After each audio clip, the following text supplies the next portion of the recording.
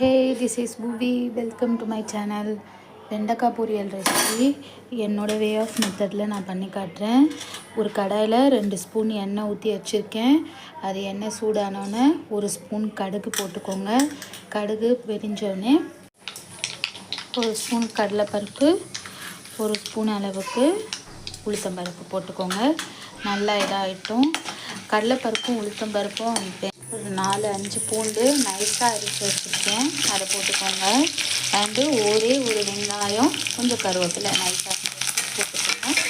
நல்லா வதக்கிக்கோங்க. வெங்காயம் வதங்கிடுச்சு. இப்போது வெண்டைக்காய் நல்லா கழுவிட்டு அரிஞ்சு வச்சுருக்கேன். சரிங்களா? இந்த வெண்டைக்காயையும் வெங்காயத்தோடு சேர்ந்து நல்லா ஒரு 10 நிமிஷம் வதக்கணுங்க.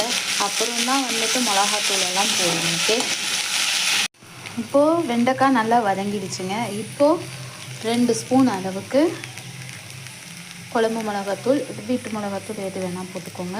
2 ஸ்பூன் இல்லை 2.5 ஸ்பூன் போட்டுக்கோங்க.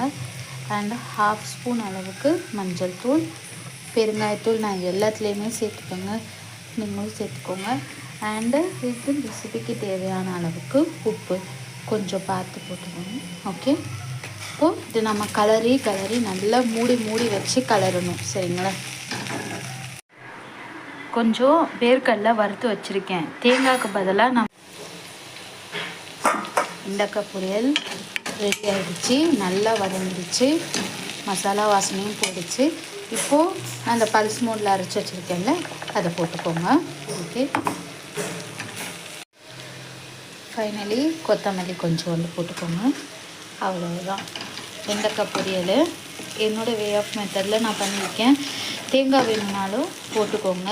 அந்த தேங்காவை ஈக்குவலைஸ் பண்ணுறதுக்கு இந்த கிரவுண்ட் நட்ஸ் இன்னும் டேஸ்ட்டாக இருக்குங்க. நீங்கள் ட்ரை பண்ணி பாருங்கள். ஓகே, அவ்வளோதான் வெண்டைக்காய் பொரியல் ரெடி. நீங்களும் ட்ரை பண்ணி பாருங்களேன். இதை அப்படியே சூடான சாப்பாட்டில் போட்டு அப்படியே சாப்பிட்லாம். தயிர் சாதத்தோட பெஸ்ட் காம்பினேஷன் இது. Okay, ready. Bye bye, see you later, take care, bye.